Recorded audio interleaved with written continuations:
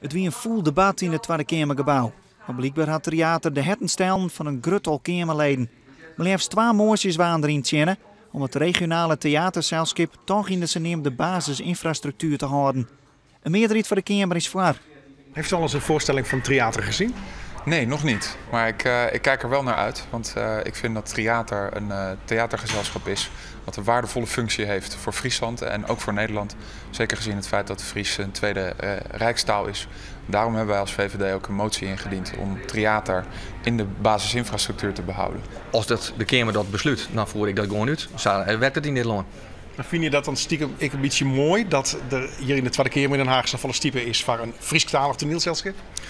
Als ik vond dat ze in de basisinfrastructuur heen matten, dan hik ik dat in de brief als kreun. Dat de Kamer daar wat oors van vindt, dat is de rol van de Kamer.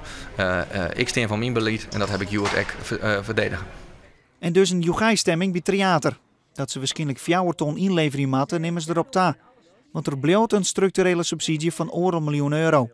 Maar dan kon de actie die de theaterzelschap op touw zetten had om massaal brieven te schreeuwen naar Den Haag. We hebben ook zowel van het ministerie als van Kamerleden gehoord dat wij nergens zoveel brieven over krijgen als over Friese taal en over theater. Dus dat heeft degelijk indruk gemaakt, want men ziet dat er ook draagvlak is in Friesland, bij de bevolking, bij het publiek.